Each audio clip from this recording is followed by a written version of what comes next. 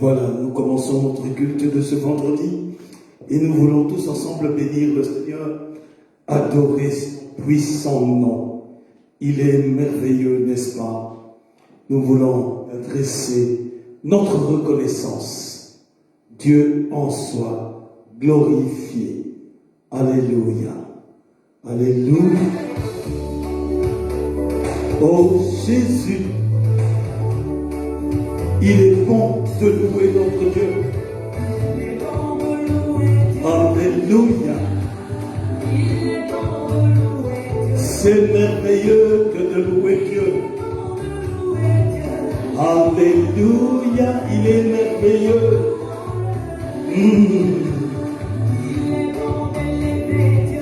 Alléluia.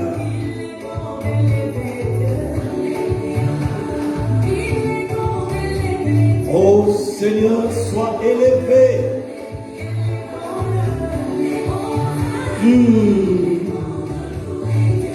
Hosanna, Dieu des cieux, sois célébré. Toi le Saint des Saints. Oh, merveilleux est son nom, n'est-ce pas?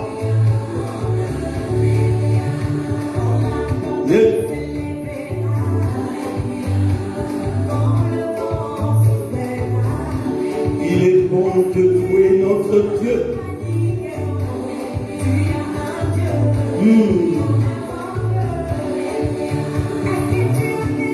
Alléluia. Il est bon d'adorer notre Dieu. Alléluia.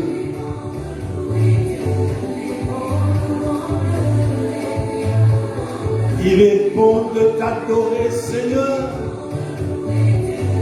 de contempler ton puissant nom. Tu es digne d'être élevé. Tu es digne d'être exalté. Alléluia. Sois béni, Seigneur. Sois élevé, mon Dieu. Alléluia. Tu n'as pas besoin de fétiche, ton Dieu est là. Invoque ton Dieu.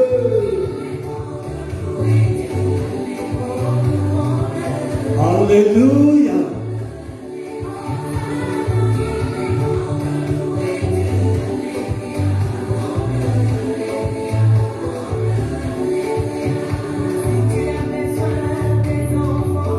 Alléluia. Est-ce que tu as besoin de la maternité? Le Seigneur en donne quel que soit l'âge.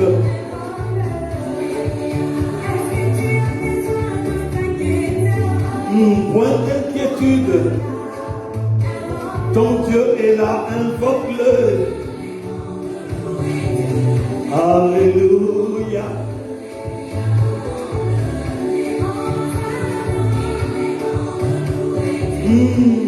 Il est bon de louer Dieu.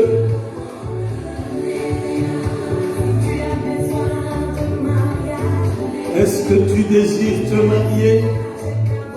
Il donne aussi le mariage. Il est écrit, demandez, il vous sera donné. Alléluia. Alléluia.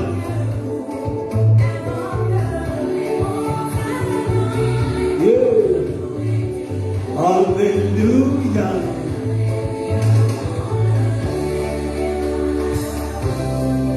Oh Jésus.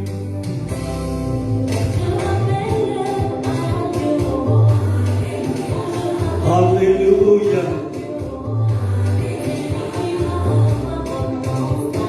Oh, c'est le Seigneur qui revoit ton statut pour te faire du bien. Alléluia.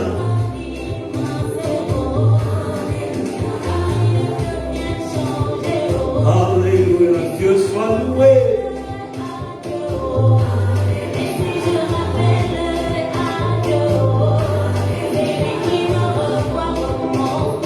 Alléluia. Nous te bénissons, Seigneur.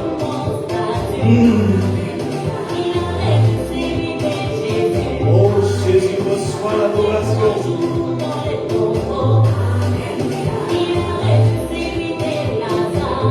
Oh Jésus.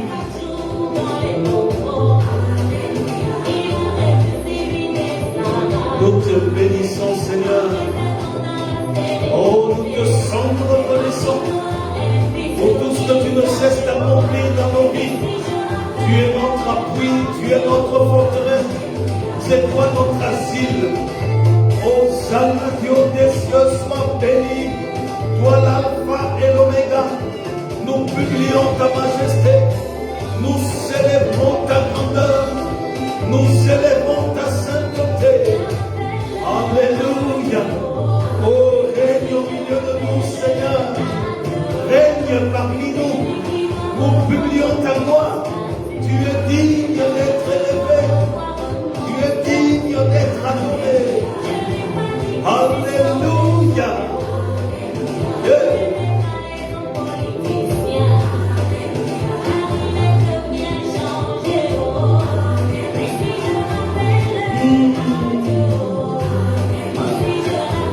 Alléluia.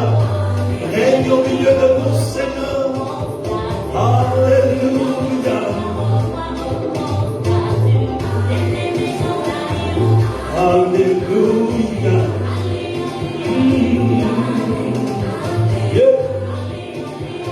Oh, Saint Dieu des cieux, sois célébré. Yeah.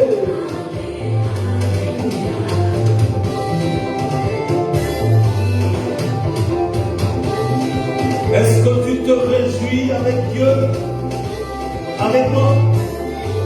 Réjouis-toi dans le Seigneur. Alléluia. Alléluia. Oh, nous célébrons le Dieu vainqueur, le Dieu vivant. Alléluia. Reçois l'admiration, Seigneur, la grandeur, la magnificence. Yeah. Reçois la louange, notre Dieu. Yeah.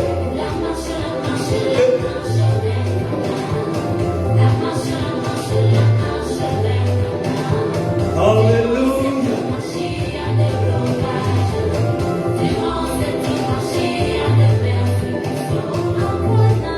Yeah. Alléluia, nous te contemplons. Yeah. Reçois l'admiration et la louange, l'honneur et la magnificence t'appartiennent, toi le Dieu créateur, du monde visible et invisible, le Seigneur des Seigneurs. C'est toi l'alpha et l'oméga. Nous bénissons ton nom, exaltons ta grandeur, toi le Seigneur des Seigneurs. Alléluia. Reçois l'admiration, la louange qui t'est due, toi le Seigneur des Seigneurs. Yeah.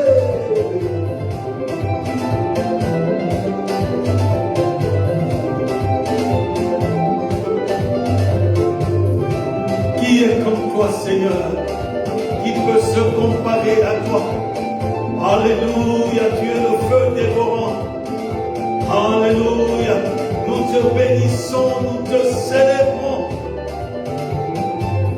Alléluia, béni sois-tu, Seigneur. Nous t'adorons, nous te rendons gloire et grâce. Toi le Dieu établi au-dessus de tout, règne à jamais au milieu de nous. Alléluia. Alléluia. Hey. Oh Jésus. Alléluia. Alléluia. Nous bénissons le Seigneur. Alléluia. Nous élevons le trône de gloire de notre Dieu, parce qu'il est merveilleux, il est au-dessus de tout, et nous contemplons sa magnificence, le Dieu établi au-dessus de tout. Alléluia. Alléluia. Il est bon, n'est-ce pas?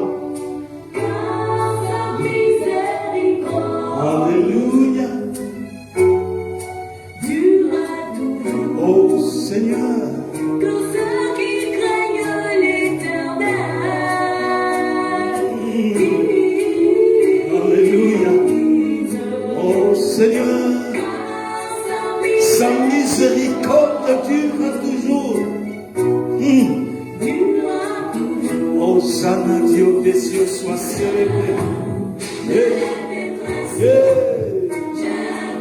Dans la détresse, je t'invoque, Seigneur, parce que je sais que c'est toi ma solution. Oh, tu m'exauces, Papa.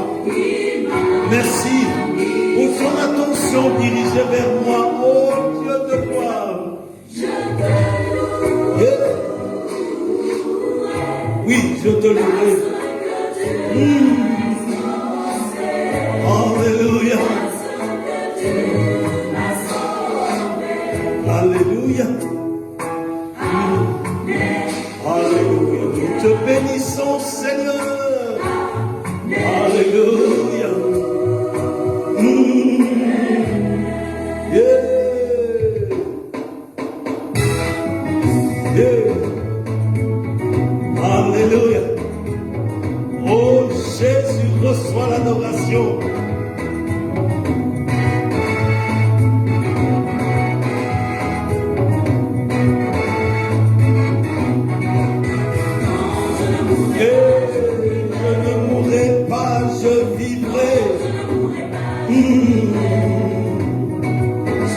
Je dois raconter les œuvres de l'Éternel. Je dois terminer la mission que le Seigneur m'a donnée. Alléluia.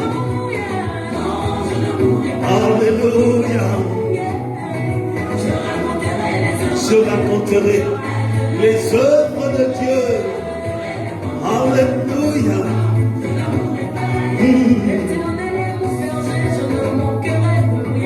Alléluia.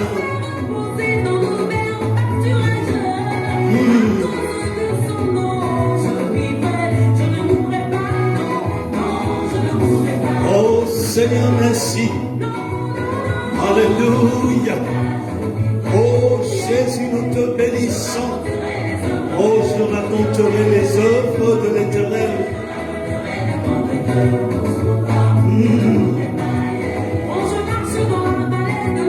Dans la vallée de l'ombre de la mort, je ne crains pas.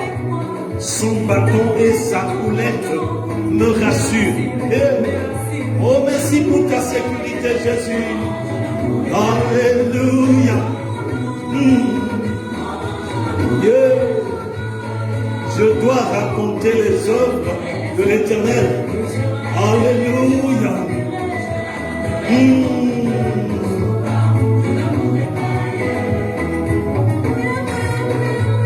Que la puissance de Dieu descende. C'est du Saint-Esprit.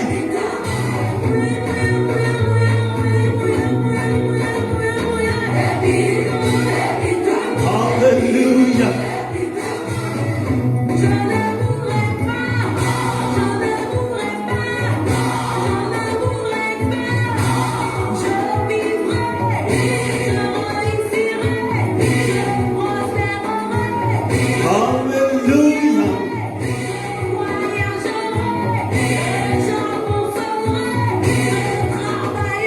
Oh Seigneur, règne.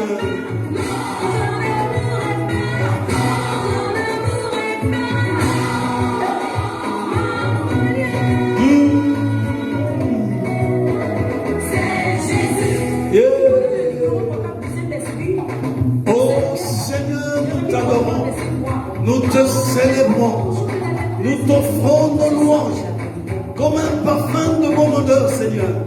Reçois l'admiration qui monte de nos cœurs, Père. Toi, le Dieu établi au-dessus de tout. Oh, règne au milieu de nous. Règne dans nos maisons. Alléluia. Je ne mourrai pas, je vivrai. Rien que pour raconter les œuvres de l'Éternel. Alléluia.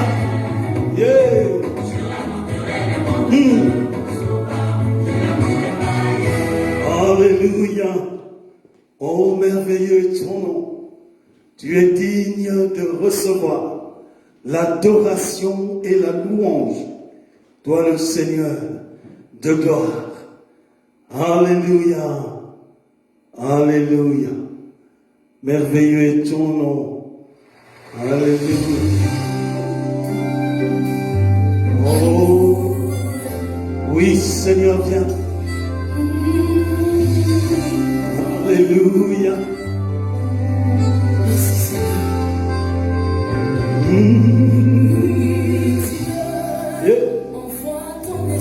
Alléluia. Alléluia. Remplis-moi. Saint-Esprit. Oh, esprit de puissance et de feu. Inonde-moi. Oh, je voudrais ton secours, Saint-Esprit. Éclaire mon entendement. Alléluia. Fortifie ma foi. Esprit Saint, déborde en moi. Saint-Esprit, nous t'invoquons. Inonde chacun de tes enfants qui est en communion avec nous. Inonde ton Église. Esprit de notre Dieu, souffle un vent nouveau. Approprie-toi de chacun des enfants de Dieu qui entrent dans ta présence. Esprit de révélation, révèle-nous Jésus. Alléluia. Esprit Saint, communique-nous la pensée de Jésus. Et instruis-nous, alléluia, pour que nous connaissions davantage Jésus. Esprit Saint, souffle un vent nouveau dans nos maisons. Nous t'invoquons, introduis-nous dans l'intimité de Dieu. Répands tes dons en abondance dans la vie de ton peuple. Alléluia. Élève Jésus au milieu de nous. Que ton éclat entre dans nos vies. Alléluia. Oh Saint-Esprit, marque-nous par ton sceau.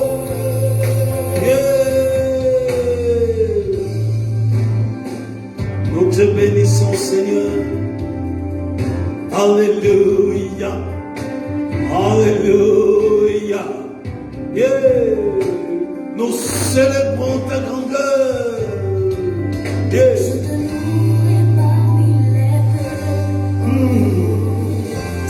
Alléluia, nous te bénissons, Seigneur.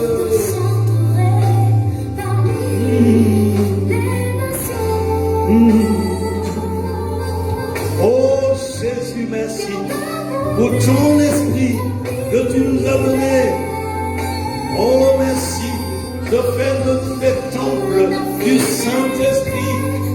Oh merci pour ton action. Saint-Esprit, merci pour ton activité dans nos vies. Alléluia.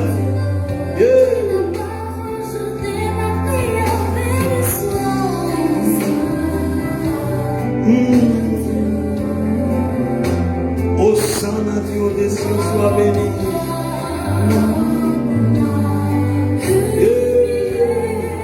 Souffle un vent nouveau, Esprit Saint, dans chaque maison, marque ton peuple. Alléluia.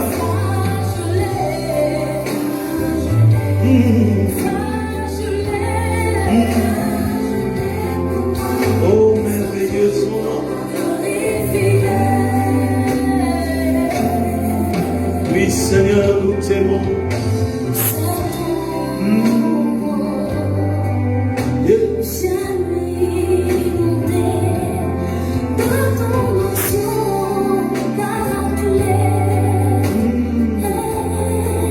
Alléluia, merci. Oui, Seigneur, remplis-nous de ton esprit. Oui, Seigneur, remplis chaque famille de ton esprit. Oh, Saint-Esprit, éclaire-nous, éclaire notre entendement. Esprit de puissance et de feu, révèle-nous des choses cachées.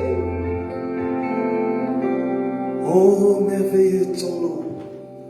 Alléluia. Nous te bénissons, Seigneur. Nous rendons gloire à ton nom. Toi, le Seigneur de gloire, tu es digne d'être vénéré. Nous te sommes reconnaissants pour des hauts faits et des grandes choses que tu accomplis dans nos vies. Seigneur, reçois l'admiration et la louange, l'honneur et la magnificence. L'autorité sont de toi. Nous te contemplons, Jésus. Nous venons nous incliner devant toi pour adorer ton puissant nom. Nous venons, ô Dieu, nous humilier devant le Créateur du monde visible et invisible, le Saint des Saints. Laisse-nous entrer dans ta présence éternelle des armées. Toi le Dieu 3 fois saint, nous venons à toi. Nous avons besoin de ton toucher divin ce soir. Que, oh Dieu, ce culte soit un moment particulier où tu nous accueilles dans ton intimité. Nous voulons, oh Dieu, ce soir avoir un moment d'expérimentation, un moment particulier, un moment où toi, tu nous touches. Que ce soir soit différent. Oui, Seigneur, nous voulons que ce soir soit différent. Nous voulons un toucher divin, différent. Nous voulons, Seigneur, que toi seul, tu puisses marquer nos vies de façon différente ce soir. Tourne vraiment ta face vers chacun de tes enfants, papa. Tourne ta face vers ton peuple. Tourne ta face vers tes enfants ce soir. Tous ceux qui viennent devant toi, s'humilier devant toi. Oh Dieu, établis ta main. Oh Dieu, visite-les profondément. Que ta gloire soit visible dans nos maisons. Nous te prions, Père, pour que tes faveurs entrent dans chaque maison de tes enfants. Nous prions, Père de gloire, pour que, oh Dieu, tu tournes ta face vers ceux qui te cherchent du fond de leur cœur, Seigneur. Tous ceux qui entrent vraiment dans ta présence ce soir, nous te prions pour que tu les touches profondément, Seigneur. Nous t'invoquons pour tous ceux qui traversent des épreuves, pour tous ceux qui n'en peuvent plus. Nous prions pour que, ô Dieu de gloire, tu puisses les toucher et accorder ta grâce et ta victoire.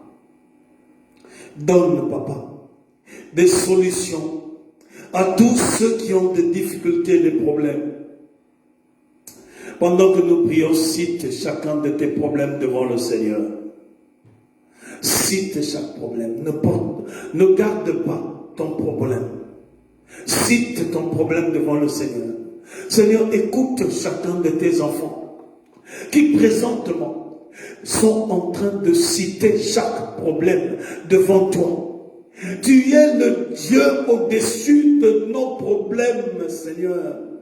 Écoute, oh Dieu, les problèmes de ton peuple. Écoute les difficultés de tes enfants. Seigneur, nous te prions pour que tu poses ta main, oh Dieu, ce soir encore, dans la vie de ceux de tes enfants qui s'approchent de toi pour chercher ta solution. Seigneur, souviens-toi de ta fidélité. Donne des solutions aux différents problèmes de tes enfants. Redresse ceux qui sont courbés.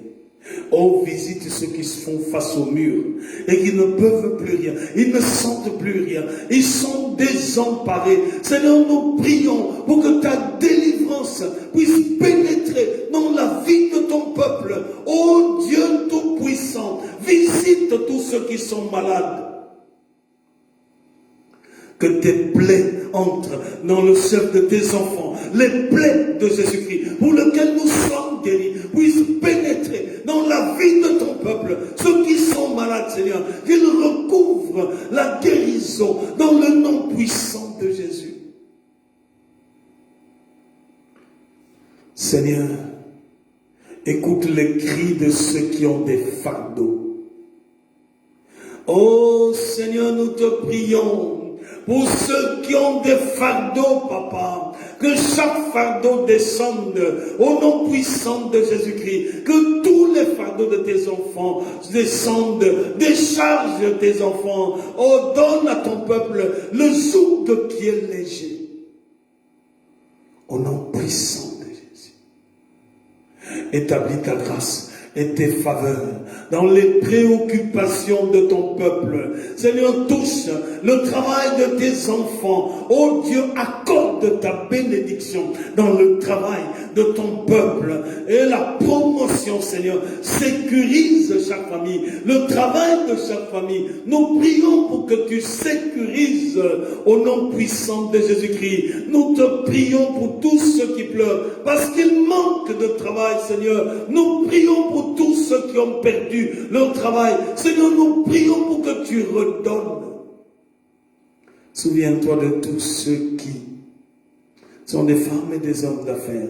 Tous les entrepreneurs, Seigneur, parmi tes enfants. Nous te les confions parce que tu es le Dieu de notre sécurité. C'est toi, Seigneur, qui manifeste ta grandeur et ton autorité.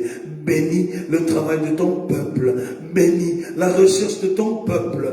Bénis les entreprises de tes enfants, Seigneur. Accorde tes faveurs, Seigneur. Accorde, ô Dieu, ta grâce dans chaque maison.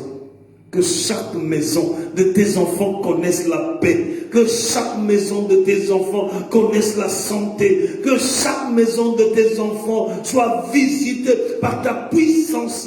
Au nom puissant de Jésus-Christ. Alléluia. Oh Seigneur, nous plantons la croix de Jésus dans chaque maison. Que le sang de l'agneau de Dieu entre dans chaque maison de tes enfants. Et que toute puissance des ténèbres qui se dresse contre ton peuple soit arrachée avec violence par le sang de l'agneau de Dieu. Que toute puissance de sorcellerie, d'envoûtement, d'occultisme, toute puissance de nuisance, tout démon têtu, toute puissance de réclamation, tout esprit des eaux qui se dresse contre ton peuple, qu'il soit renversé par le tonnerre de feu du sang de Jésus-Christ. Que la paix de Dieu, qui dépasse tout entendement, entre dans la maison de tes enfants. Oh Dieu, manifeste-toi, établis ton nom, visite ton peuple, afin qu'il te glorifie et qu'il témoigne de tes hauts faits.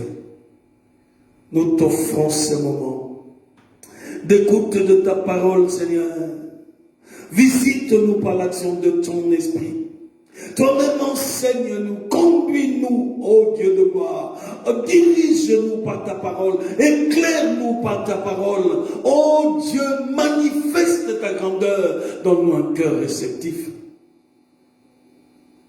Que le Saint-Esprit nous donne d'aller en profondeur. Avec toi, Seigneur, manifeste-toi, Seigneur Dieu de gloire. Nous assujettissons toutes choses à l'autorité de Jésus-Christ. Et nous brisons toute puissance de distraction, tout ce qui nous empêche de saisir ce que toi, tu veux nous enseigner ce soir, qu'il soit complètement écarté par le sang de l'agneau de Dieu. Au nom puissant de Jésus-Christ, règne à jamais.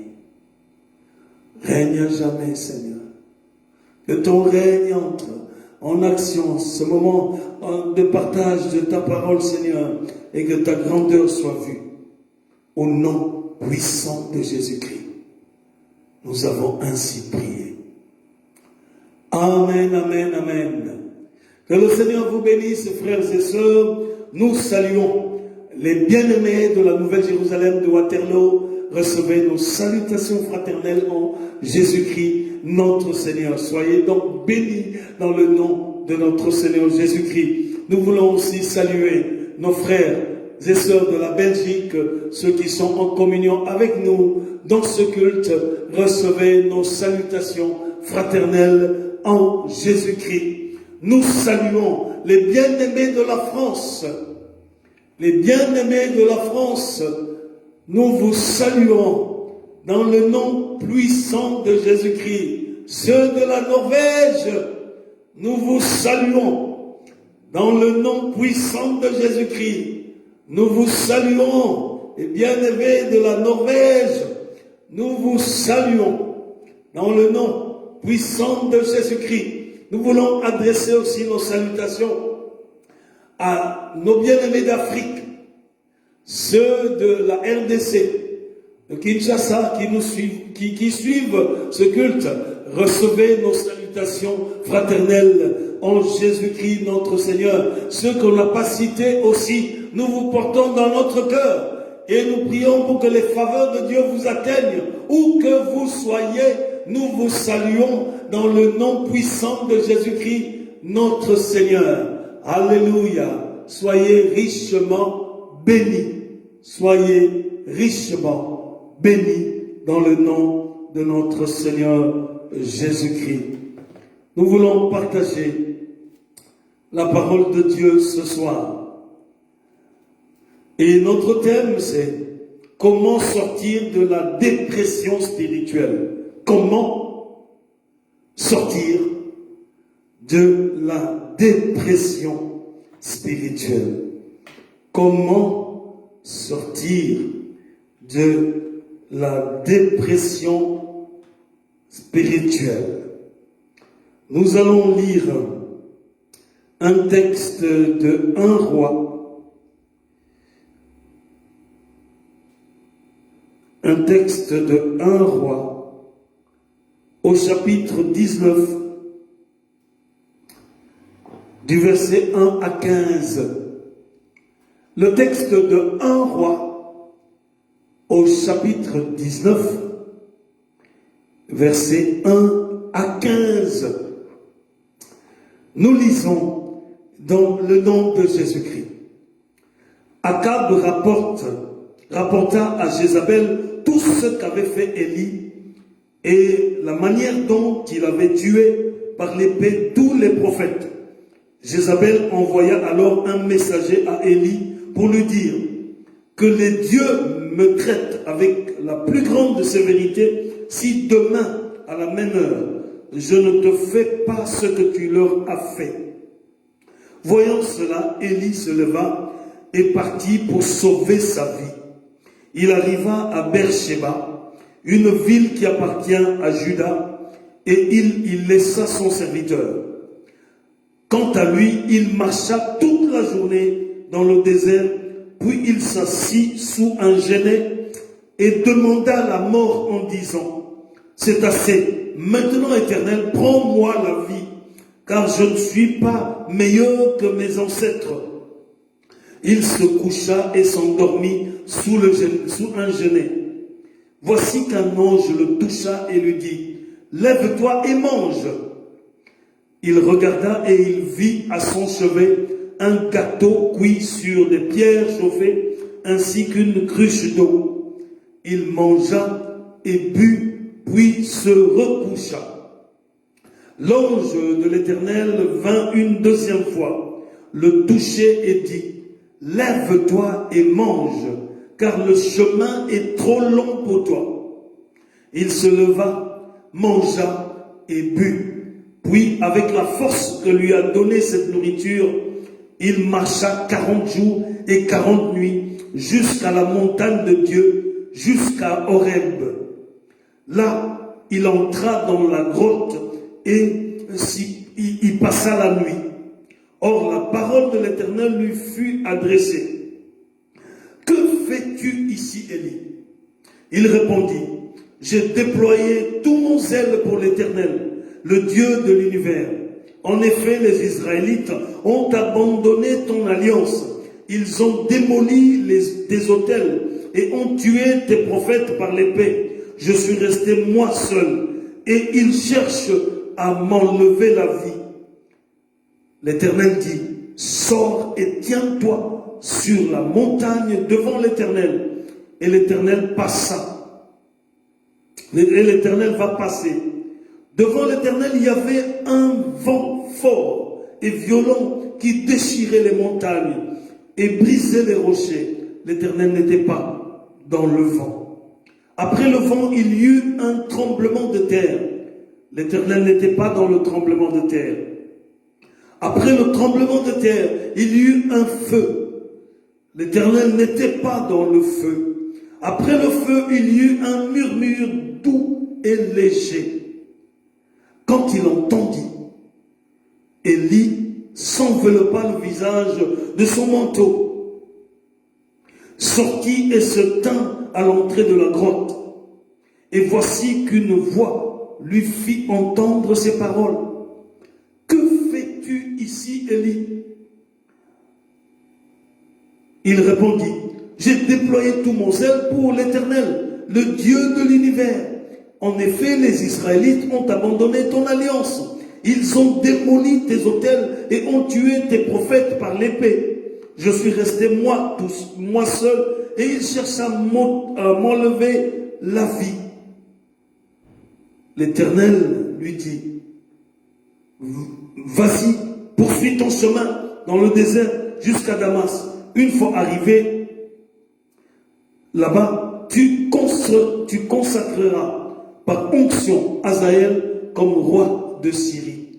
Tu consacreras aussi par onction Jéhu, le petit-fils de Nimsi, comme roi d'Israël. Et tu consacreras par onction Élisée, le fils de Shaphat, d'Abel Morala, comme prophète à ta place. Alléluia. Comment sortir de la dépression? Comment sortir de la dépression? Quand on parle de dépression, nous passons un moment très difficile de Covid-19 où de nombreuses personnes, de nombreuses familles sont dans une vraie déception, dans une vraie dépression. En l'occurrence, beaucoup de gens sont morts. Il y en a qui ont perdu beaucoup de personnes. Et ils sont vraiment dégoûtés. Le confinement n'a rien arrangé. Les gens se sentent enfermés en prison. Les pertes d'emploi, les fermetures d'entreprises, les fermetures de PME, etc. ont causé des dégâts incroyables. Et ça a amené les gens à un accroissement de pauvreté incroyable. Nous passons des moments où la dépression touche une bonne frange de la population, où les gens ne savent plus quoi faire. Ils n'ont plus de perspective d'avenir clair. Les gens ne savent plus que sera le lendemain, leur lendemain. Et ils sont dans des situations terribles. La dépression a fait des dégâts incroyables ici en Occident. Dans notre texte que nous avons lu, c'est une histoire qui traite d'un des problèmes les plus répandus au monde moderne, c'est-à-dire la dépression. La dépression connaît plusieurs origines et plusieurs formes. Elle frappe même les plus forts. Ici, Élie est frappé de dépression immédiatement après sa victoire. Il devait se réjouir de cette victoire et se sentir combien Dieu est de son côté. Mais immédiatement après sa victoire, il est frappé de dépression. Combien parmi nous n'ont jamais dit dans leur vie, au moins pensé, en disant « j'en ai assez ». Est-ce que tu n'as jamais dit « je n'en peux plus, je suis arrivé au bout du rouleau ». Est-ce qu'il t'est jamais venu de l'idée de dire « en tout cas là, j'en ai assez et j'arrête, j'abandonne ». Vous savez, parmi les médicaments les plus vendus ici en Occident, ce sont les antidépresseurs. Sont parmi les médicaments les plus vendus.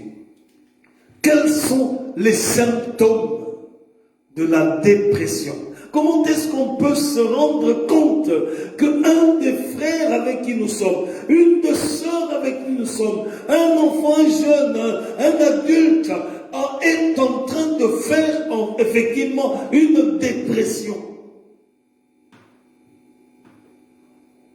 Quels sont les symptômes de la dépression?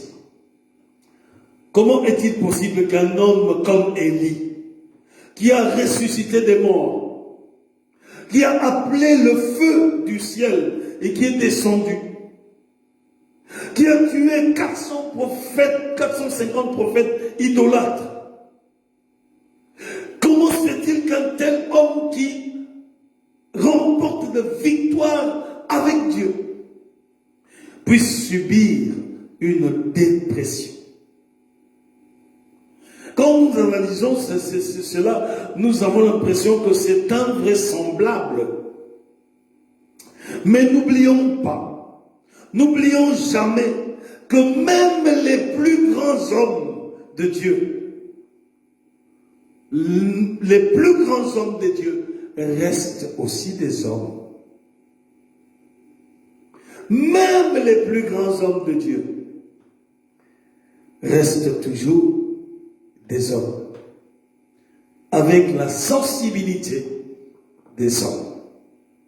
Souvenez-vous de Job. Job chapitre 10, le verset 1. Job 10, 1 nous dit ceci. Mon âme est dégoûtée de la vie.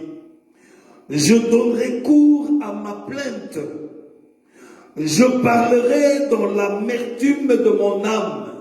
Job, un homme qui priait pour ses enfants, un homme qui marchait avec le Seigneur, qui craignait le Seigneur, même lui arrive à dire, mon âme est dégoûtée de la vie. Je vais vous montrer l'état de dépression qui l'animait.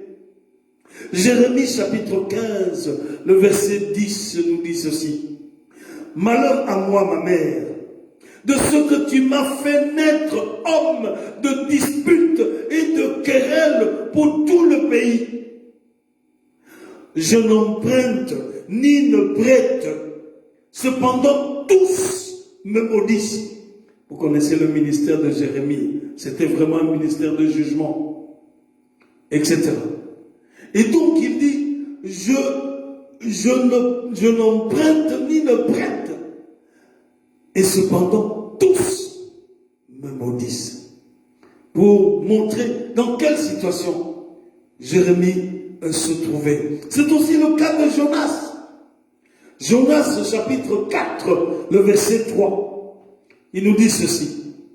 Maintenant, Éternel, prends-moi donc la vie, car la mort m'est préférable qu'à la vie. Quand on arrive à cette situation où on préfère même la mort qu'à la vie, c'est qu'on est en pleine dépression. On est en pleine dépression. Alléluia. Qu'est-ce qui a plongé Élie dans cette dépression? Qu'est-ce qui a plongé effectivement Élie dans cette dépression profonde?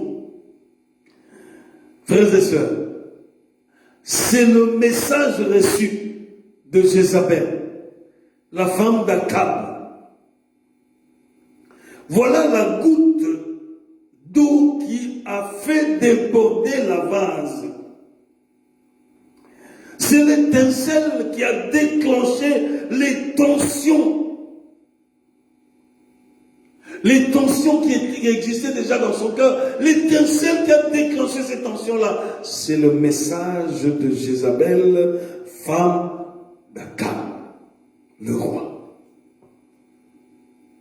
Il l'a reçu, donc il a reçu ce message à un moment et dans des circonstances où il était très vulnérable. Voilà pourquoi il se plongeait dans cette dépression. Frères et sœurs, il existe des moments dans la vie d'un homme où il est fort et il existe des moments où il est faible. Donc nous pouvons avoir dans notre vie des moments de dents de scie. Et la dépression arrive souvent quand on est dans un moment de faiblesse. Et alors on ressent les menaces de façon beaucoup plus forte que pendant les moments où nous sommes en force. Regardons un peu les signes précurseurs de sa dépression. Les signes précurseurs de la dépression que connaît Akab. Si nous voulons identifier les signes d'avance, alors nous serons mieux en état de comprendre ce qui arrive à Élie. Première chose, qui est un signe qui doit attirer notre attention quand il s'agit de dépression, que ce soit la dépression physique ou la dépression spirituelle. Le premier symptôme, c'est l'épuisement physique et spirituel. Quelqu'un est épuisé physiquement et il est aussi épuisé spirituellement. On sent qu'il n'accroche plus à ce qui fait sa force ou sa relation avec Dieu, c'est-à-dire sa foi. L'épuisement physique et l'épuisement spirituel. Ici, Élie sortait de sa victoire glorieuse sur les prophètes de Baal. Il avait lutté seul avec Dieu contre 450 prophètes et a gagné. On aurait pensé qu'il était au zénith de sa force. Mais gagner des victoires sur le diable, c'est fatigant. C'est étonnant ce que je suis en train de vous dire. Gagner les victoires sur le diable est fatigant. La lutte spirituelle est dure.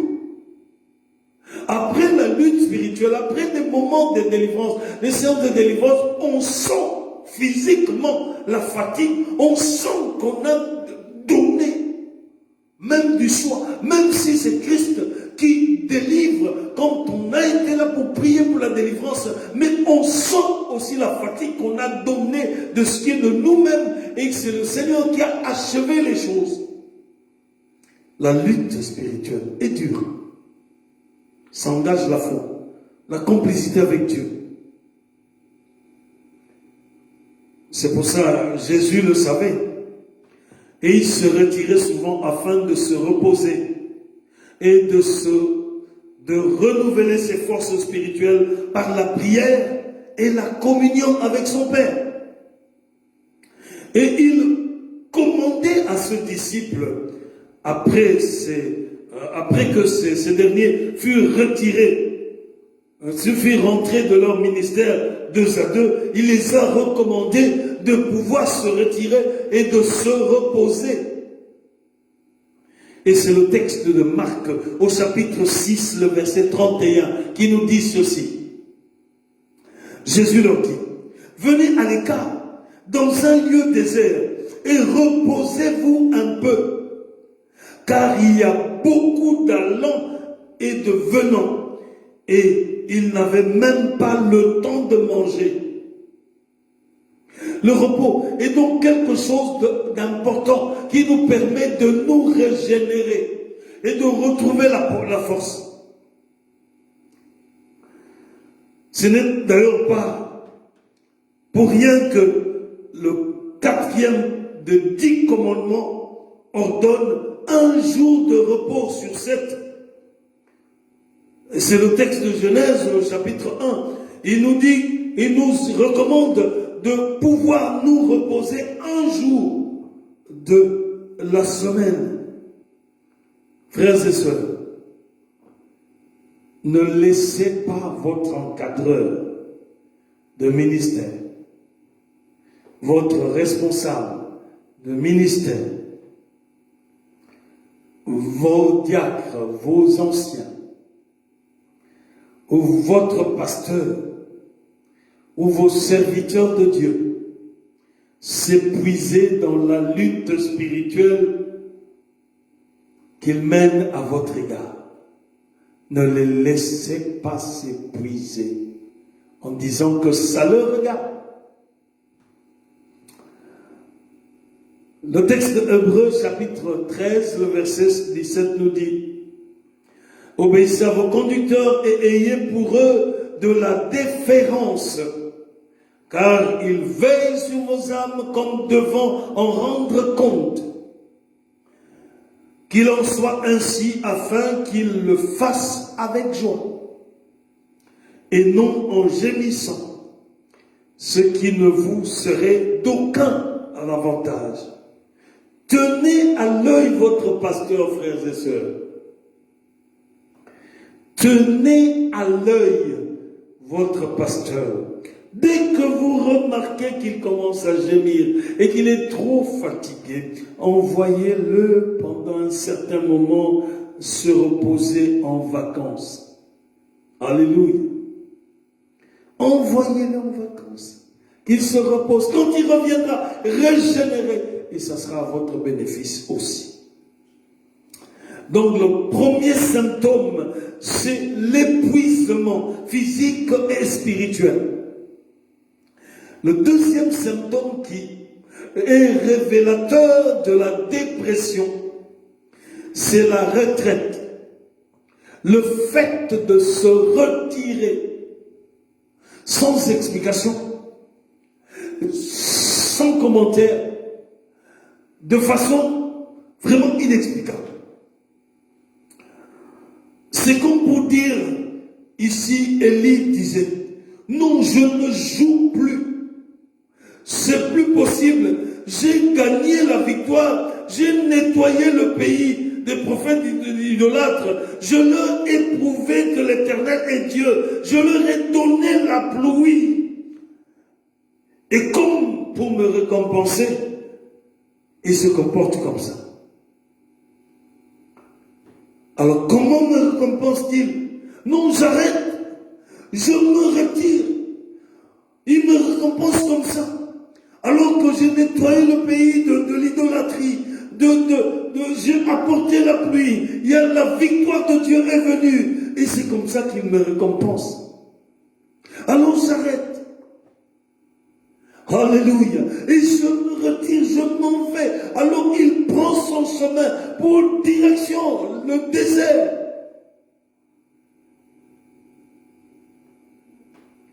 Ils pouvaient se dire, ils n'ont rien compris. Akab, au lieu de considérer toutes les autres choses, il rapporte à Jézabel tout ce qu'avait fait Élie. Akab se rapporte à Jézabel. C'est lui le roi. Les décisions dans le pays, c'est lui qui devait prendre ça. Mais il va rapporter cela à sa femme. Et c'est comme si c'est la femme qui prenait des décisions en lieu et place du roi. Alors Akab a rapporté à Jézabel tout ce qu'avait fait Élie. Il n'avait même pas compris que c'était Dieu qui avait donné le feu et la pluie. Ça, il n'a pas compris, Akab. Eh bien, la réaction d'Élie, eh bien, j'en ai assez, je démissionne. J'en ai assez. Même le roi ne comprend pas la volonté de Dieu. J'en ai assez. Je démissionne et je m'en vais. Le fait de se retirer, c'est un symptôme précurseur. Ça montre l'état de dépression que subit quelqu'un.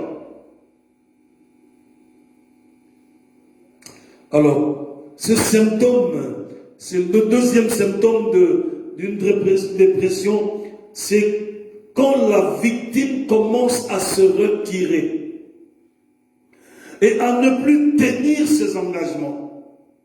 Il se retire, Il ne tient plus compte de ses engagements de prophète. Ici, ce n'est pas Dieu qui a enlevé Élie de sa tâche de prophète. C'est Élie qui se détache et il commence à ne plus tenir ses engagements comme prophète et à ne plus exécuter ses tâches et ses responsabilités. Alors quand on commence à se retirer, on commence à ne plus tenir ses engagements. Du jour au lendemain, on n'exécute plus les tâches que Dieu t'a données et tes responsabilités. Ça veut dire le fait de se retirer. Donc cette retraite-là montre qu'il y a quelque chose en cette personne-là, qu'il est en train de vivre une vraie dépression.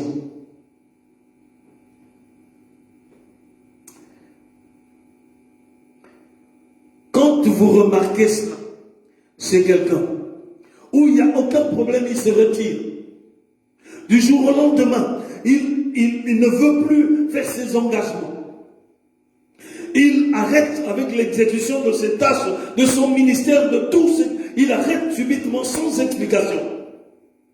Quand vous remarquez cela, il ne faut pas le critiquer tout de suite. Suivez très bien les enfants de Dieu. Quand vous voyez quelqu'un le faire, il ne faut pas le critiquer tout de suite. Parce qu'il peut être dans une vraie situation de dépression et il a vraiment besoin d'aide. Si cela se remarque, il ne faut pas le critiquer tout de suite. Cela ne fera que le pousser encore plus dans la dépression. Quand on remarque que quelqu'un se retire ainsi, il y a lieu d'abord de se renseigner. Comment ça se fait? Il faut d'abord se renseigner. En se renseignant, Dieu peut t'éclairer pour que tu puisses détecter que la personne qui s'est retirée est dans une vraie souffrance. Qu'il est vraiment dans une vraie souffrance. En ce moment-là, il a plus besoin de l'aide. Au lieu de le critiquer, il est parti. Il n'est plus fidèle et il ne fait plus ci, ni ça. Non.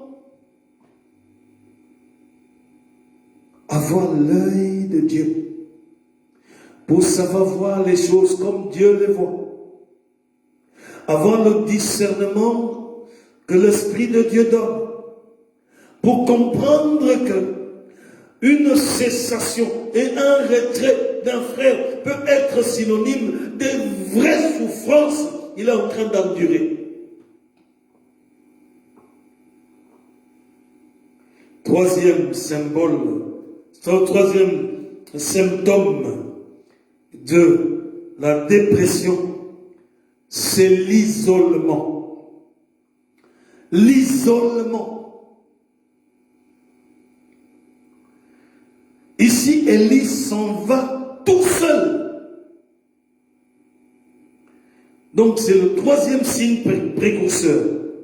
La solitude n'est pas nécessairement un précurseur de dépression. La solitude, vivre seul, la solitude n'est pas nécessairement un précurseur de la dépression. Mais l'isolement, oui.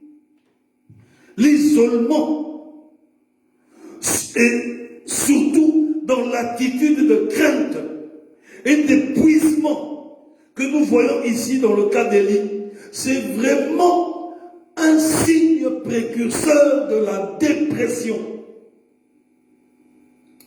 Vous savez, un chrétien est une brebis. Une brebis qui s'écarte du troupeau se livre au lion. Notre adversaire rôde comme un lion rugissant, cherchant qui dévorer. Tel que la parole de Dieu nous dit dans 1 Pierre chapitre 5, le verset 8. Alors combien est important la communion fraternelle au sein de l'assemblée? L'importance de la communion fraternelle est telle que ça peut épargner les gens pour qu'ils ne soient pas victimes de l'isolement, qui va encore les enfoncer dans la dépression. Le texte de Actes au chapitre 2, le verset 42 nous dit ceci. Actes chapitre 2, le verset 42 nous dit ceci. Ils persévéraient dans l'enseignement des apôtres, dans la communion fraternelle, dans la fraction des pains et dans les prières. Ici, j'insiste sur la nécessité de la communion fraternelle. Pourquoi pendant ces moments-ci, les frères et sœurs sont dans la souffrance? Parce que nous ne savons pas encore avoir nos cultes comme nous aimerions bien les avoir. Et c'est ça l'objet de nos prières. Nous voulons que le nombre de personnes qui doivent assister au culte soit significatif pour que nous ayons nos moments de communion fraternelle devant notre Dieu. Alléluia. Nous devons savoir que l'isolement est vraiment un signe précurseur de la dépression. L'isolement ne s'accompagne pas toujours de la solitude. Je répète ça. L'isolement ne s'accompagne pas toujours de la solitude. Il y a des gens qui peuvent être isolés dans la foule. Il est isolé, mais dans une foule.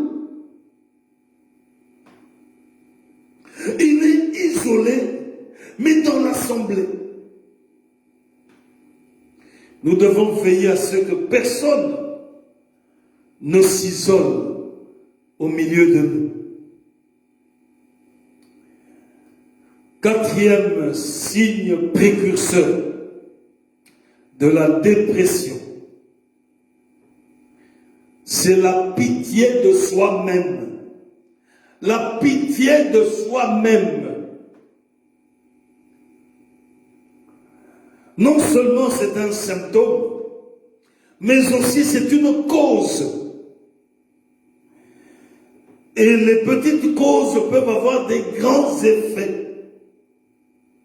La pitié de soi-même est une forme d'orgueil. C'est-à-dire, on croit qu'on a tout fait.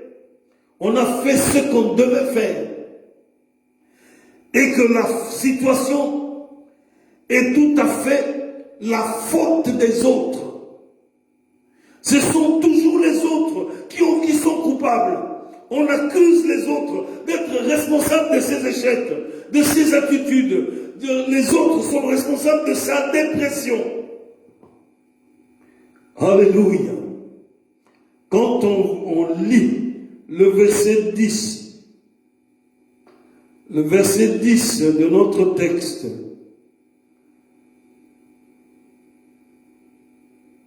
le verset 10, je veux lire. On voit comment est-ce que Élie culpabilise les autres. Il dit, verset 10, il répondit, j'ai déployé tout mon zèle pour l'Éternel. Il dit, j'ai déployé. Donc moi, ce que j'ai fait ce qui est bon. J'ai déployé mon zèle pour l'Éternel. Et puis, qu'est-ce qu'il dit à propos des enfants d'Israël? Les Israélites ont abandonné ton alliance. Ils ont démoli tes autels. Et ont tué les prophètes par l'épée. Et donc, il incrimine les autres. Et quand il parle de lui-même, il dit, et je suis resté moi seul. je suis resté moi seul. Et puis, il va accuser tout le monde. Il dit, il cherche à m'ôter la vie. Il cherche à m'enlever la vie.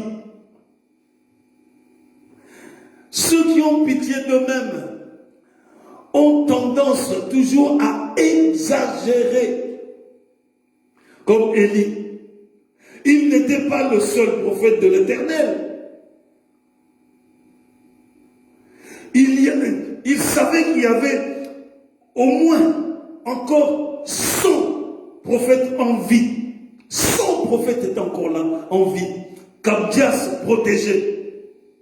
Abdias a protégé, il a caché 100 prophètes. Et vous pouvez trouver cela dans le texte de 1 roi, chapitre 18, le verset 13. Abdias a caché 100 prophètes qu'il nourrissait avec le pain et l'eau. Donc, Élie n'était pas le seul prophète de Dieu. Il n'était pas le seul croyant qui restait. Ce n'était pas toute la population des Israélites qui ont fléchi devant Baal. Il y avait encore des hommes et des femmes dans la société qui n'avaient jamais fléchi leurs genoux devant Baal. Alléluia. Et donc c'est pour ça que je dis qu'il n'était pas le seul croyant qui restait. Il y avait au moins 7000 hommes qui n'avaient point fléchi leurs genoux devant Baal. Nous pouvons lire ça dans 1 roi, chapitre 19, le verset 18. Si vous lisez le texte de 1 roi 19, 18, vous voyez que il y avait encore 7000 personnes que Dieu s'est fait un réserve, une sorte de réserve, qui n'ont pas fléchi leurs genoux devant le Seigneur. Lui dit, je suis resté moi seul. Celui qui a pitié de soi-même exagère. C'est une forme d'orgueil qui entraîne à l'exagération. On culpabilise directement les autres et même on exagère dans le grand nombre. La pitié de soi-même, c'est un signe précurseur de quelqu'un qui déprime, quelqu'un qui rentre dans la dépression. Donc ici, il est clair que ce n'est pas non plus la faute de tous les Israélites. Si lui, il se trouvait seul. S'il était seul, c'est parce qu'il s'est enfoui lui-même. Il avait laissé son serviteur à son propre gré. Il est allé dans le désert par sa propre volonté. Ce n'est pas Dieu qui lui a dit d'aller au désert. Il n'est pas du tout allé consulter Dieu pour dire que voici les menaces de Jézabel, qu'est-ce que je dois faire? Dieu ne lui a pas dit de laisser son serviteur et de prendre le chemin vers le désert. Alléluia. Ce n'était pas non plus il, c'est-à-dire le peuple qui cherchait à lui ôter la vie. Ce n'est pas les Israélites qui cherchaient à lui ôter la vie. Mais ce n'était qu'une femme, Jézabel, qui lui cherchait de problèmes. Pitié de soi-même, c'est un cercle vicieux. Plus on se lamente, plus le diable gonfle nos lamentations. C'est pour ça qu'il faut faire attention. Plus on est toujours en train de se lamenter, plus le diable gonfle nos lamentations. Et c'est toujours un cercle vicieux. Il faut en sortir. Cette histoire de pitié de soi-même qui emmène toujours à aggraver, à alourdir les choses, à exagérer les choses. Et ça, c'est un signe précurseur de la dépression. Cinquième signe précurseur de la dépression, c'est la peur. Élie, où est ton courage? Le courage que tu as eu pour affronter 450 prophètes de Baal. Où est parti ton courage, Élie? La peur. On dirait actuellement, où est ta foi? As-tu oublié que Dieu te protège? Ne te rends-tu pas compte que ton ministère n'est point terminé? Élie, est-ce que tu ne te rends pas compte que ton ministère n'est pas du tout terminé? Vas-tu laisser le diable t'éliminer de ce que Dieu t'a demandé de faire? Maintenant que le peuple qui vient de reconnaître que l'Éternel est Dieu, ce peuple-là a tellement besoin de toi en tant que prophète.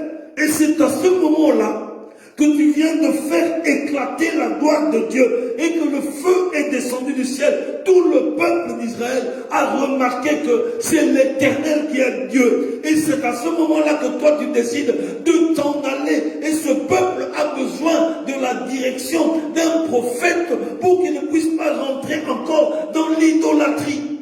Et c'est à ce moment-là que Élie se lève, craignant une femme, à Jézabel, et s'enfuit dans le désert. Alléluia. La peur. La peur est un signe précurseur de la dépression. Nous voyons comment la peur a été utilisée dans cette pandémie de Covid. La peur. Beaucoup de gens sont traumatisés juste à cause de la peur. La peur de l'inconnu parce que, au fait, on n'a pas maîtrisé du tout. On n'a pas connu ce que c'est. On ne connaît pas exactement ce que c'est que cette maladie de Covid, puisque les informations sont tellement floues que ça a généré une peur incalculable. Et beaucoup de gens sont rentrés dans un traumatisme exagéré à cause de la peur.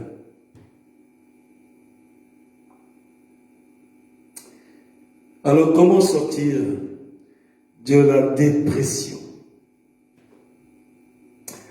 C'est notre deuxième partie. Comment sortir de la dépression? Ici, voici notre prophète Élie qui est dépressif. Il voulait même la mort. Est-ce que ceci est conforme à notre image de croyant? L'image d'un plus que vainqueur. C'est étrange, n'est-ce pas? Parce que la plupart des gens ne veulent pas jamais mourir. N'aiment pas mourir. Parce qu'ils aiment la vie.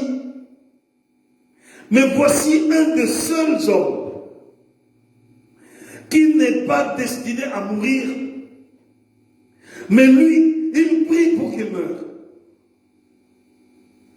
Alléluia. Le texte de Jacques, au chapitre 5, le verset 17 nous dit ceci. Jacques 5, 17.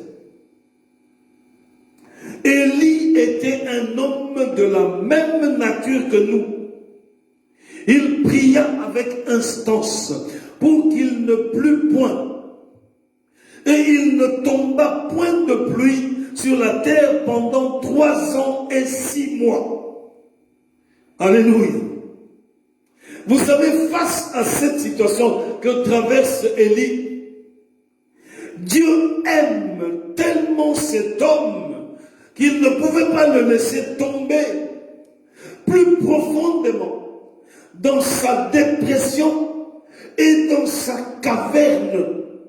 Parce que quand il est parti et que le Seigneur, après qu'il ait mangé son deuxième repas et qu'il devait marcher 40 jours et 40 nuits, Dieu lui a demandé d'aller à la montagne.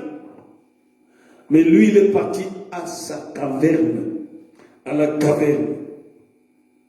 Et donc Dieu ne voulait pas le laisser sombrer plus profondément dans sa dépression et dans sa caverne. Les enfants de Dieu n'habitent pas des cavernes, mais des sommets avec Dieu. Et lorsqu'un chrétien s'installe dans une caverne,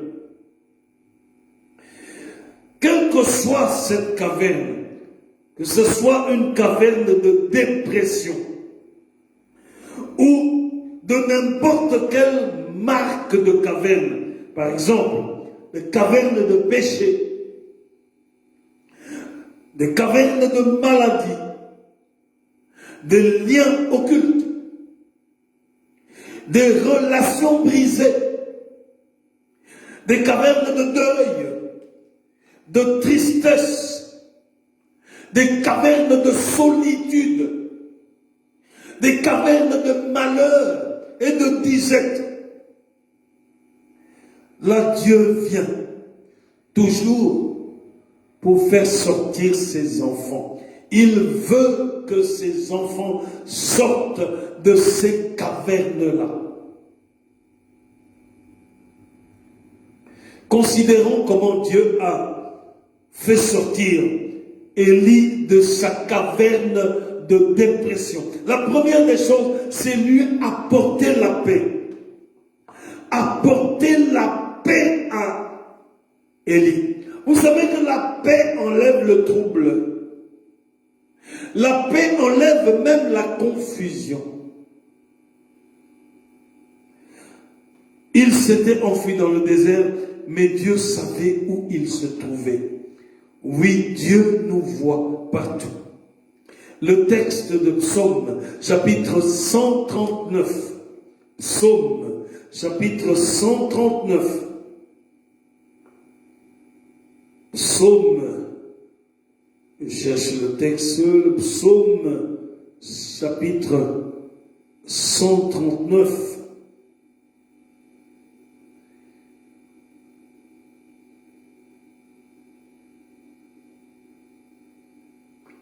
Le verset 7 à 9, je vais lire. 7 à 12, pardon. Où pourrais-je aller loin de ton esprit? Où pourrais-je fuir loin de ta présence? Si je monte au ciel, tu es là. Si je me couche au séjour des morts, te voilà. Si je prends les ailes de l'aurore pour habiter à l'extrémité de la mer, là aussi ta main me conduira, ta main droite m'empoignera. Verset 11. Si je me dis, au moins les ténèbres me couvriront, la nuit devient lumière autour de moi. Verset 12. Même les ténèbres ne sont pas obscures pour toi. La nuit brille comme le jour et les ténèbres comme la lumière. Dieu sait où tu es. Même quand tu sombres dans l'isolement et la solitude, Dieu sait où tu es. Alléluia. Et il sait dans quel état tu es. Il connaît nos détresses, nos problèmes. Il les connaît. Il connaît aussi nos désirs, nos chutes, nos désespoirs. Il connaît nos luttes. Il n'existe aucun désert qui soit trop éloigné pour que Dieu ne puisse y envoyer ses anges à notre secours.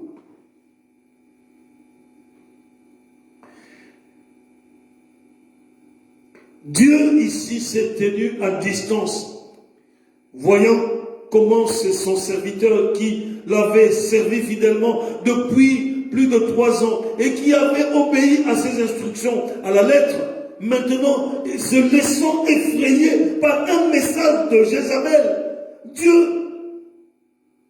il dit, mais cet enfant-là, il a remporté de victoire. Il est passé par des moments terribles de victoire. Il se laisse effrayer par une Jézabel.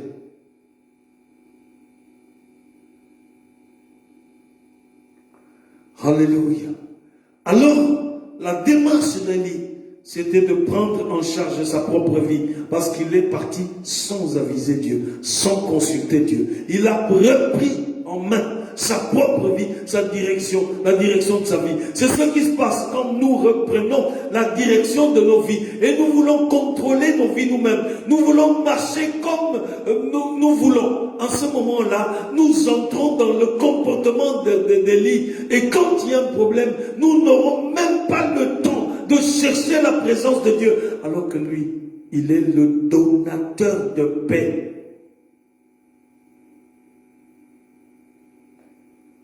Il est donc parti sans entendre les instructions de Dieu. Il voyait quelle ruine, Dieu voyait quelle ruine Élie était en train de créer dans sa propre vie.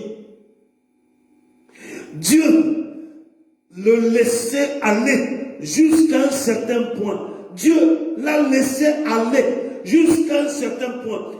Pourquoi?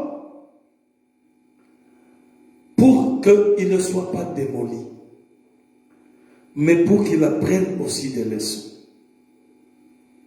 Dieu a laissé aller Élie jusqu'à un certain point. Il n'a pas permis que ça soit trop pour qu'Élie ne soit pas détruit. Dieu connaît les limites de tes forces. Il connaît dans tes épreuves jusqu'à quel point il peut te laisser aller. Au-delà de cela, il va intervenir. Parfois, il nous laisse aller sur notre propre chemin pour que nous apprenions des leçons. Ça veut dire que quand nous nous entêtons pour prendre notre propre chemin, il nous laisse prendre ce chemin-là parce que nous nous sommes entêtés. C'est pour que nous apprenions, quand nous avons des coups et des contre-coups sur ce chemin-là, c'est pour que nous ayons des leçons qui nous permettront de comprendre que c'est dans ce chemin-là où nous n'avons pas de paix. Mais jamais il ne nous laissera être tentés au-delà de nos forces. Et c'est pour ça que le Seigneur a permis que Élie reçoive 2 doses de nourriture pour qu'il change sa direction pour le conduire maintenant à sa montagne. Dieu lui fixe rendez-vous à sa montagne pour qu'il puisse lui dire ce qui viendra après.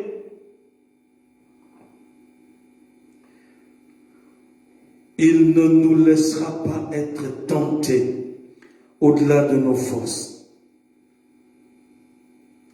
Le texte de Ésaïe au chapitre 42, le verset 3 nous dit ceci. Il ne brisera point le roseau cassé. Alléluia. Quand Dieu voit que tu es cassé et que ta faiblesse est manifeste, il ne va pas te recasser. Il ne va pas te recasser. Il ne brisera point le roseau cassé. Et il n'éteindra point la mèche qui brûle encore. Il annoncera la justice selon la vérité. Le moment était donc arrivé pour Dieu de se révéler à Élie à nouveau. Gloire à Dieu. Dans nos moments les plus sombres, quand quand nous n'avons point, nous n'allons point vers lui, vers Dieu, il vient quand même vers nous. C'est là où nous bénéficions de la miséricorde de Dieu. Tout comme Jésus, qui marchait devant les eaux avec ses disciples, au moment où il se désespérait dans la tempête, quand Pierre est sorti et que il a regardé le vent et il commençait à sombrer et qu'il a crié vers Christ, c'est alors que Christ a tendu la main. Alléluia. Il nous tend la main. Quand nous traversons des tempêtes, n'est-ce pas qu'il nous tend la main?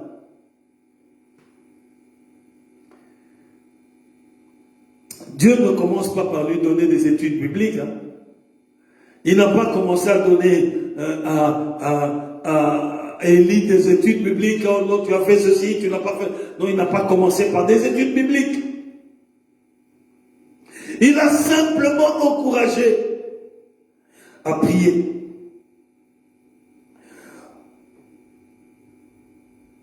Et arrêter ainsi sa retraite, sa fuite.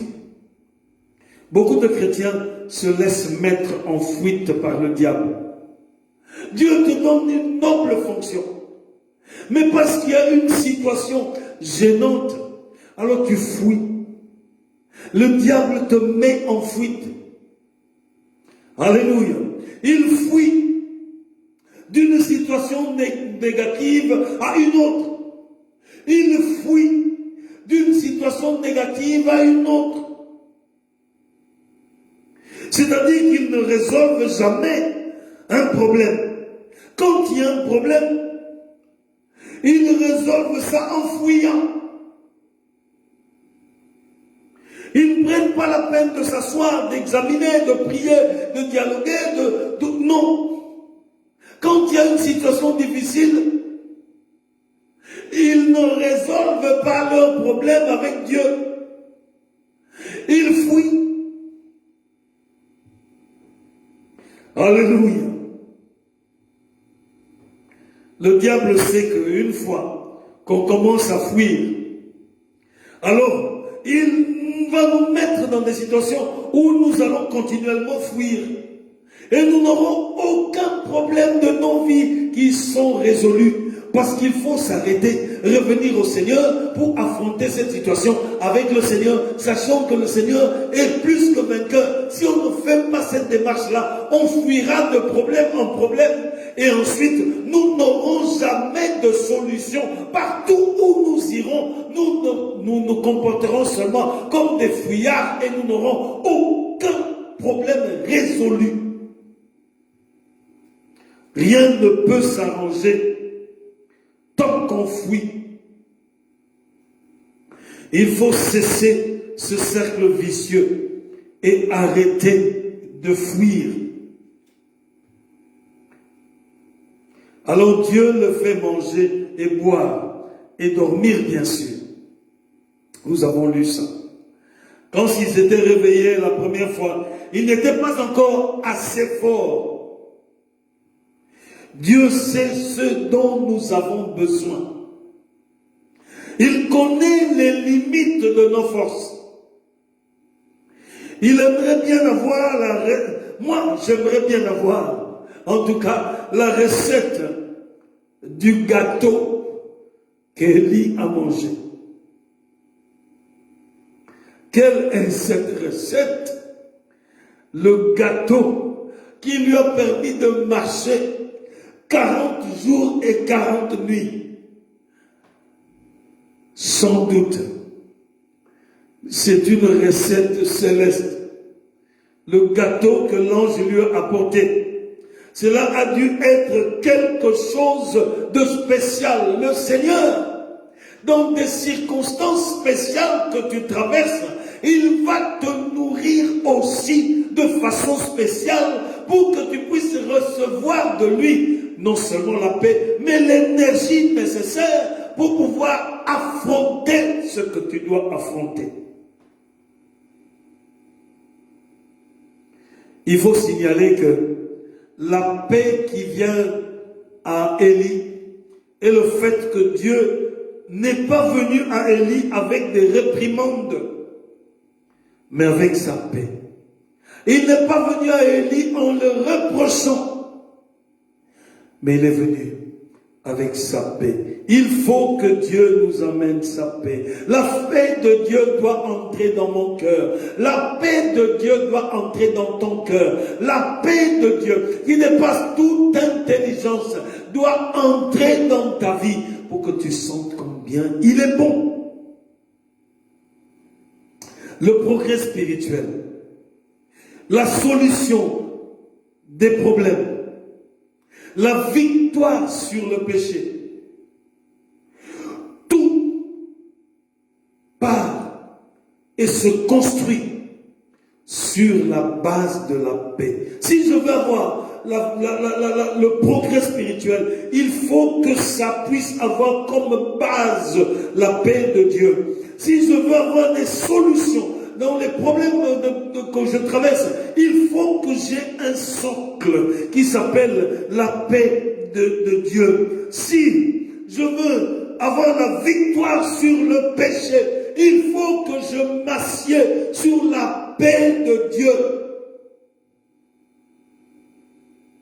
Tout doit partir et se construire sur la base de la paix de Dieu. Or, la paix de Dieu, c'est le résultat d'une communion profonde avec le Seigneur. Quand je suis en communion avec le Seigneur, quand je m'entends avec le Seigneur, c'est alors qu'il me donne sa paix. Et cette paix-là me permet de remporter des victoires, de grandir spirituellement et d'avancer avec lui. Et c'est alors que je vais connaître cette phrase qui se répète 365 fois dans la Bible.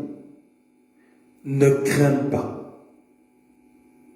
Ne crains pas. Alléluia. Voilà pourquoi les premières paroles de Jésus, lorsqu'il apparaissait à ses disciples au jour de la résurrection, ses premières paroles étaient, je le lis dans Jean chapitre 20, le verset 19, le soir de ce jour, qui était le premier jour de la semaine, les portes du lieu où se trouvaient les disciples étaient fermées à cause de la crainte qu'ils avaient des Juifs. Jésus vint et se présenta au milieu d'eux et leur dit, la paix soit avec vous. Alléluia. Alléluia. La deuxième chose qui est importante pour sortir de la dépression, c'est l'endroit. Dieu l'amène jusqu'à la montagne de Dieu. Il veut lui parler et il va réunir un cadre spécial. Il va l'emmener dans sa montagne. Où est-ce que tu vas rencontrer Dieu, toi? Est-ce que tu te souviens que tu peux aller dans sa maison, dans ses parvis, dans sa présence, rentrer dans sa présence, même chez toi, avoir des moments où tu t'extrais pour rentrer dans la présence de Dieu. Dieu l'a amené jusqu'à la montagne de Dieu. La montagne de Dieu est un endroit où on rencontre Dieu. Un endroit où Dieu se révèle, où Dieu parle, où Dieu donne de nouvelles instructions. Élie a marché 40 jours et 40 nuits. Son corps était plus fort que jamais. Mais son esprit sombre toujours dans la dépression. Il a toujours la mentalité de caverne. Dieu l'avait conduit jusqu'à Horeb. Mais Dieu ne lui a pas dit d'entrer dans sa caverne. Ça, il l'a fait de lui-même. Parfois, Dieu nous fixe un rendez-vous. Et nous allons dans la direction où Dieu nous fixe rendez-vous. Au lieu d'aller à la montagne, nous allons dans la grotte, dans la caverne. Et c'est pour ça que Dieu lui a demandé, que fais-tu ici, Élie? Ce n'était pas l'endroit que Dieu a envoyé Élie pour se rencontrer. La rencontre, c'était sur la montagne, pas dans la caverne. C'est pour ça que quand nous allons, nous nous dirigeons dans des lieux que Dieu n'a pas consenti. Dieu nous demande, où est-ce que tu es? Que fais-tu ici? Il ne suffit pas d'être à l'endroit voulu de Dieu, mais on doit aussi avoir une attitude de Dieu. Troisième chose qui est importante pour sortir de la dépression, c'est la révélation de Dieu. La révélation. Dieu ne va pas abandonner Élie. Il ne va pas lui donner un congé. La réaction de Dieu, quand il reçoit Élie, et qu'il va lui assigner un certain nombre de choses à faire, Dieu va lui donner une révélation encore plus grande de lui-même. Une révélation de lui-même, Élie. Il va lui montrer encore quelque chose de plus grand, tel qu'il n'avait jamais eu. Alors, c'est là, si vous lisez le texte de 1 Roi chapitre 19, du 11e au 12e verset, c'est là où vous remarquez que le vent de Dieu, le feu de Dieu était là. Mais toutes ces choses, Élie les a déjà expérimentées. Il a déjà expérimenté le vent de Dieu. Il a déjà expérimenté le feu de Dieu. Mais quand il a entendu le murmure, le souffle de la voix de Dieu lui-même, voilà une expérience nouvelle qu'il n'a jamais vue. Donc Dieu a voulu le conduire à une nouvelle expérience avec lui. La révélation de sa personne. Quatrième chose pour sortir de la dépression, c'est la question. Dieu nous questionne pour que nous prenions conscience et que nous quittions notre état. La question. Vous remarquez que Dieu a posé la question à Élie à 2 reprises. Et Dieu a continué à poser la question jusqu'à ce qu'il reçoive la réponse voulue. Qu'il continue à lancer le même appel jusqu'à ce qu'on réponde. Qu'il continue à donner les mêmes commandements jusqu'à ce qu'on obéisse. Et Dieu le fait. Élie répond de la même façon. Qu'est-ce que des gens négatifs peuvent scier et se lamenter? Il répond de la même façon. Mais Dieu n'écoute pas sa lamentation. C'est pour ça que les lamentations, les murmures ne sont pas des prières. Dieu n'écoute pas les lamentations d'Élie. Il ne donne même pas, il se donne même pas la peine de le contredire ou de le corriger. Il lui donne seulement l'ordre. Au verset 15, Dieu lui donne l'ordre. Au verset 15.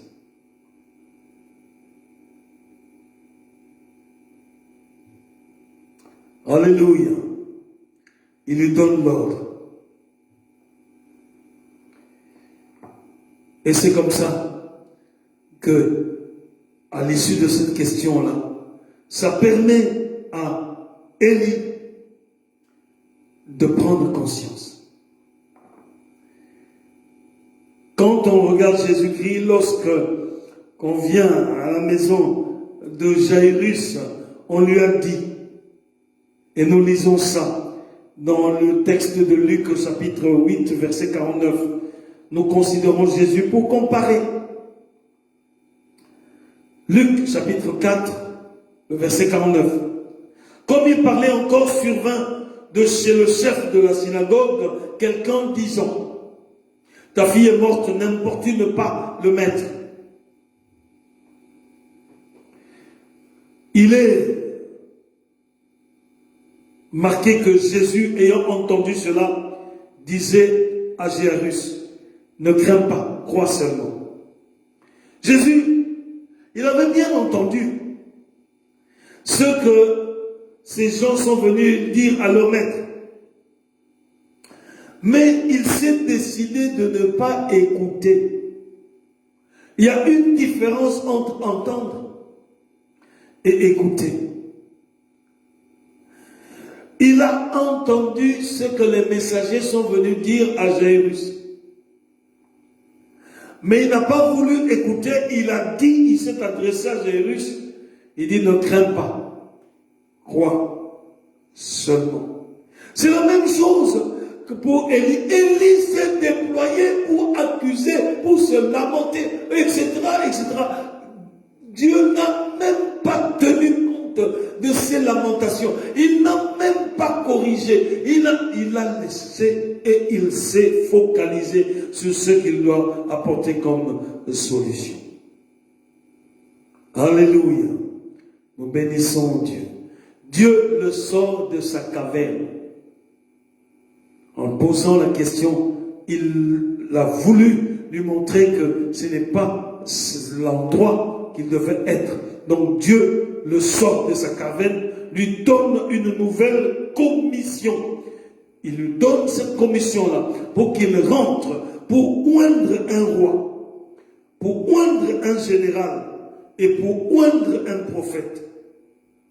Et Dieu le prépare pour sa plus belle expérience de toutes les expériences qu'il a connues. C'est son ascension vers le ciel. Sans mourir, sans passer par la vie, sans passer donc de la vie terrestre à la vie céleste, entrer en communion directe et étroite avec Dieu lui-même. Alléluia. En conclusion, Dieu n'a pas laissé Élie dans sa dépression. Il ne te laissera pas aussi dans ta dépression. Au contraire, sa dépression l'a conduit à un niveau plus élevé de communion avec Dieu et de service à Dieu. Alors vous qui êtes déprimés, vous qui sentez la dépression, qui ne cessez de répéter des jérémiades, des plaintes, des lamentations, revenez au Seigneur, que vous soyez sensibles à la question de Dieu. Que fais-tu ici?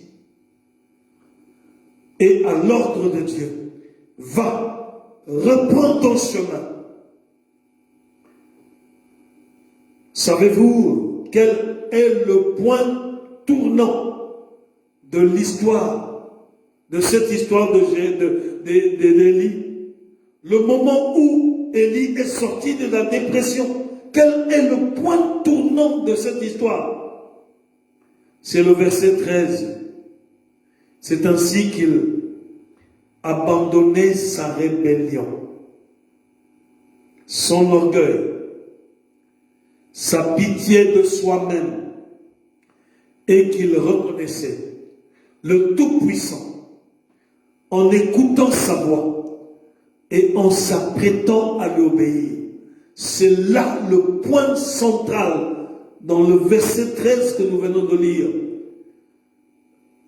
qui est le point névralgique de la guérison de Élie. Dieu se révèle d'habitude non par le vent, par un vent, un tremblement de terre, ni un feu, mais par un murmure. Ici, Dieu s'est révélé à Élie par un murmure. Sa voix imperceptible qui parle non aux oreilles, mais au cœur de l'homme. Nous voyons que ce murmure constitue le murmure de l'esprit et qui a touché pleinement Élie pour qu'il soit guéri de sa dépression.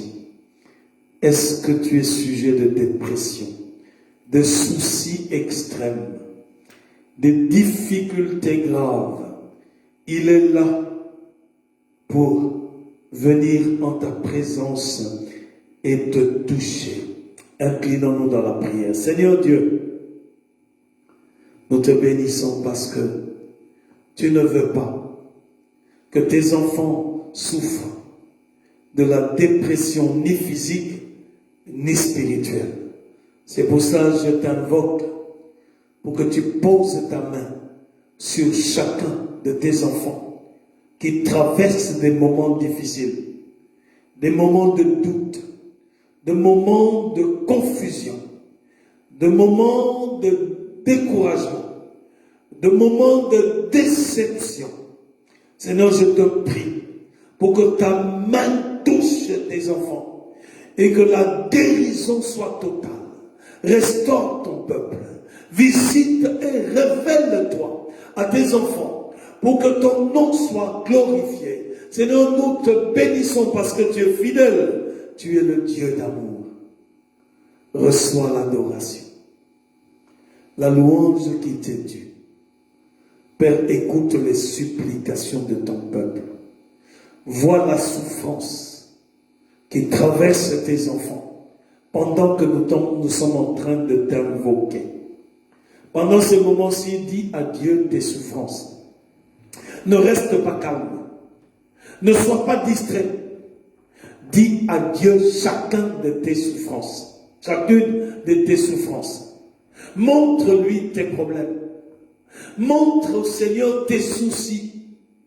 Dis à Dieu ce qui te perturbe. Révèle-lui ton cœur. Invite-le à toucher chaque aspect de ta vie. Qu'il puisse te marquer par sa main.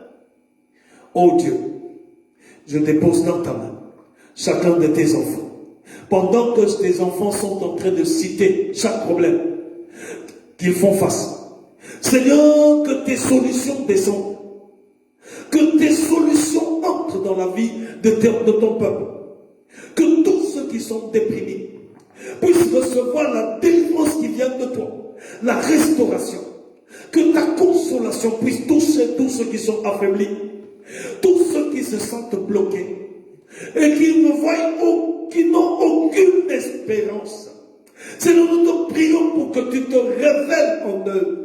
Que toi-même tu puisses ouvrir des voies de grâce. Que des débouchés qui viennent de toi puissent s'offrir à ton peuple. Visite tes enfants, papa. Oh, que ta pitié descende dans la vie de ton peuple. Nous menaçons ceux qui dévorent. Toute puissance de blocage soit calcinée, libérée au nom puissant de Jésus-Christ. Nous démantelons tout système de ténèbres qui envahit tes enfants. Oh Dieu de moi, toute puissance de dépression, d'oppression, recevez le sang de Jésus-Christ. Libérez, lâchez prise. Nous brisons toute hauteur, toute profondeur, toute principauté qui se rise contre chaque famille. Soit complètement déracinée par le sang de l'agneau de Dieu, au nom puissant de Jésus-Christ. Que ton règne entre dans la vie de ton peuple. Que tes faveurs soient données à l'endroit de tes enfants, Seigneur. Que tes compassions entrent dans nos maisons, au nom puissant de Jésus-Christ. Seigneur, règne au milieu de nous. Nous te sommes reconnaissants et nous publions ta grandeur, ta majesté, Seigneur. Reçois l'admiration, la louange et l'honneur, la magnificence et l'autorité. Toi, le Seigneur des Seigneurs, nous bénissons ton nom. Dans le nom puissant et précieux de Jésus-Christ, nous avons prié. Que la grâce de notre Seigneur Jésus-Christ, l'amour de Dieu notre Père, Et la communion du Saint-Esprit nous accompagne tout au long de cette nuit. Nous avons ainsi prié au nom du Père, du Fils et du Saint-Esprit.